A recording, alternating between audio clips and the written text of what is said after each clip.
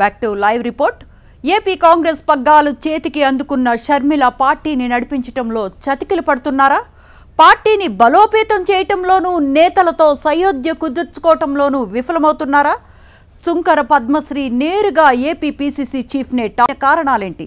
AP కాంగ్రెస్లో అసలు ఏం జరుగుతోంది?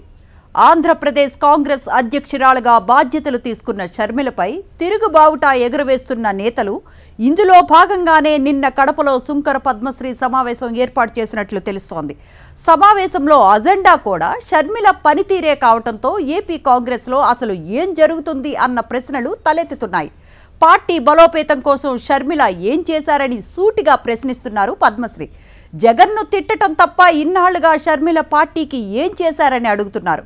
అయితే సుంకర పద్మశ్రీ సమావేశం గురించి తెలుసుకున్న షర్మిల మద్దతుదారులు అక్కడకు వెళ్లారు. డీసీసీ అధ్యక్షురాలు విజయజ్యోతి నాయకత్వంలో అక్కడికి చేరుకున్నారు. నియోజకవర్గ ఇన్ఛార్జీలు ఇర్ఫాన్ బాషా, అశోక్ రెడ్డి, ధ్రువ్ కుమార్ రెడ్డి, శివమోహన్ రెడ్డి, మైసుద్దీన్ తదితరులు సుంకర పద్మశ్రీ సమావేశాన్ని అడ్డుకునే ప్రయత్నం చేశారు. వైఎస్ షర్మిలారెడ్డి జిందాబాద్ అంటూ పెద్ద ఎత్తున నినాదాలు చేశారు. దీనికి ప్రతిగా పద్మశ్రీ వర్గం రాహుల్ గాంధీ నాయకత్వం వర్ధిల్లాలి అంటూ నినాదాలు చేయడంతో పరిస్థితి మరింత వేడెక్కింది. ఈ క్రమంలో ఇరు వర్గాల మధ్య మాటామాటా పెరిగి తోపులాటకు దారితీసింది. ఒకానొక దశలో నేతలు చొక్కాలు పట్టుకుని ఘర్షణకు దిగేంత వరకు వెళ్లారు. అయితే వర్గ విభేదాలతో ఈ సమావేశం జరిగిందా, లేక నిజంగానే షర్మిల పార్టీని నడిపించడంలో ఫెయిల్ అవుతున్నారా అనే ప్రశ్నలు ఇప్పుడు ఏపీ రాజకీయాల్లో తలెత్తుతున్నాయి. ఇదే అంశానికి సంబంధించిన మరిన్ని అప్డేట్స్ మా కరస్పాండెంట్ చంద్రమోహన్ లైవ్లో అందిస్తారు. చంద్రమోహన్, సుంకర్ పద్మ ఆరోపణలు చేసినట్టు నిజంగానే టీపీసీసీ చీఫ్గా షర్మిల ఫెయిల్ అయ్యారా? శ్రవంతి, కడప జిల్లాలో నిన్న జరిగిన పరిణామాలు చూస్తే కాంగ్రెస్ పార్టీలో రెండు వర్గాలు పరస్పరం విమర్శించుకునే స్థాయికి, దూషించుకునే స్థాయికి చేరుకున్నాయి. ప్రధానంగా పిసిసి అధ్యక్షురాలుగా షర్మిల నియమించబడినప్పటి నుంచి కూడా ఒక వర్గం వ్యతిరేకిస్తూ వస్తుంది. ఆమెను పిసిసి అధ్యక్షురాలుగా నియమించడం పట్ల ప్రధానంగా సుంకర పద్మశ్రీ, అలాగే రాష్ట్ర యూత్ కాంగ్రెస్ అధ్యక్షుడితో పాటు మరికొంతమంది నేతలు కూడా విమర్శిస్తూ వచ్చారు. ఈ నేపథ్యంలో ఎన్నికల ముందు ఎలాంటి విభేదాలను బయటికి వెళ్ళుకోకుండా ప్రధానంగా చర్యలు తీసుకున్నారు. ఎన్నికల ముందు అయితే కొంత ప్రశాంతంగానే ఉంది. ఆ తర్వాత జరిగిన పరిణామాలు చూస్తే షర్మిలను బాగా వ్యతిరేకిస్తున్నారు పద్మశ్రీ, అలాగే రాకేష్ రెడ్డి.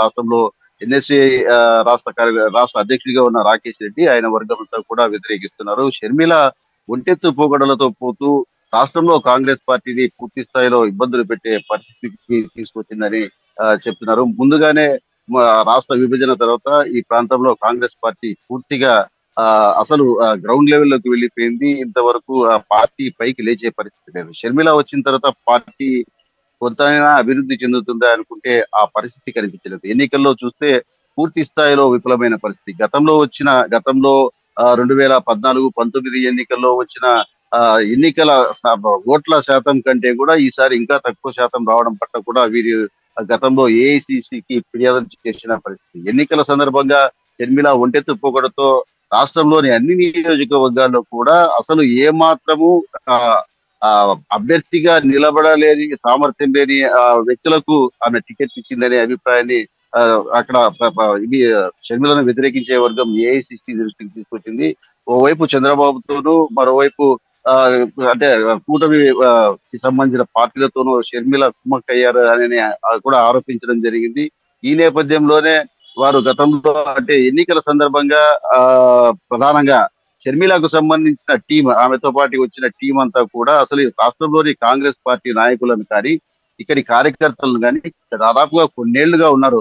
ఎన్ని పార్టీలు వచ్చినా, ఎన్ని ప్రభుత్వాలు వచ్చినా కూడా తెలుగుదేశం పార్టీ, వైఎస్ఆర్ కాంగ్రెస్ పార్టీ, ఇతర పార్టీలన్నీ కూడా చాలా జోష్గా ఉన్నా కూడా ఏమీ లేని స్థితిలో కూడా పార్టీని అంటిపెట్టుకుని ఉన్న కార్యకర్తలు ఉన్నారు, నాయకులు ఉన్నారు. వారిని ఏమాత్రం పరిగణలోకి తీసుకోకుండా షర్మిల ఒంటెత్తు పోగడతోనే వెళ్తూ వస్తుంది. ఆమెకు సంబంధించి ఒక టీం, ఒక కోటరీ ఉంది. ఆ కోటరీ తెలంగాణకు సంబంధించిన నాయకుడు. ఆమె గతంలో వైఎస్ఆర్ టీపీకి సంబంధించి పనిచేసిన వ్యక్తులు మాత్రమే ఇక్కడ రాష్ట్రంలో కాంగ్రెస్ పార్టీ ఆమె తరఫున పనిచేస్తున్నారు. కానీ ఇక్కడ కాంగ్రెస్ పార్టీకి స్వేచ్ఛ లేదు, కాంగ్రెస్ పార్టీలోని వ్యక్తులకు స్వేచ్ఛ లేదు అనే అభిప్రాయం ఏఐసిసి అధ్యక్షురాలికి గతంలో సోనియా గాంధీకి అలాగే రాహుల్ గాంధీకి కూడా ఫిర్యాదు చేయడం జరిగింది. రాకేష్ రెడ్డి అయితే గతంలో ఎన్నికల తర్వాత కూడా Right, చంద్రమోహన్. రాష్ట్ర పార్టీకి వచ్చిన నిధులను దుర్వినియోగం చేశారనే ఆరోపణలు కూడా చేసిన పరిస్థితి. ఇరు వర్గాలు కూడా పరస్పరం విమర్శించుకున్నాయి. నిన్న కడపలో జరిగిన ఈ పరిణామాలన్నిటికీ కడప వేదికగా మారింది. Right Chandramohan, thanks for the details.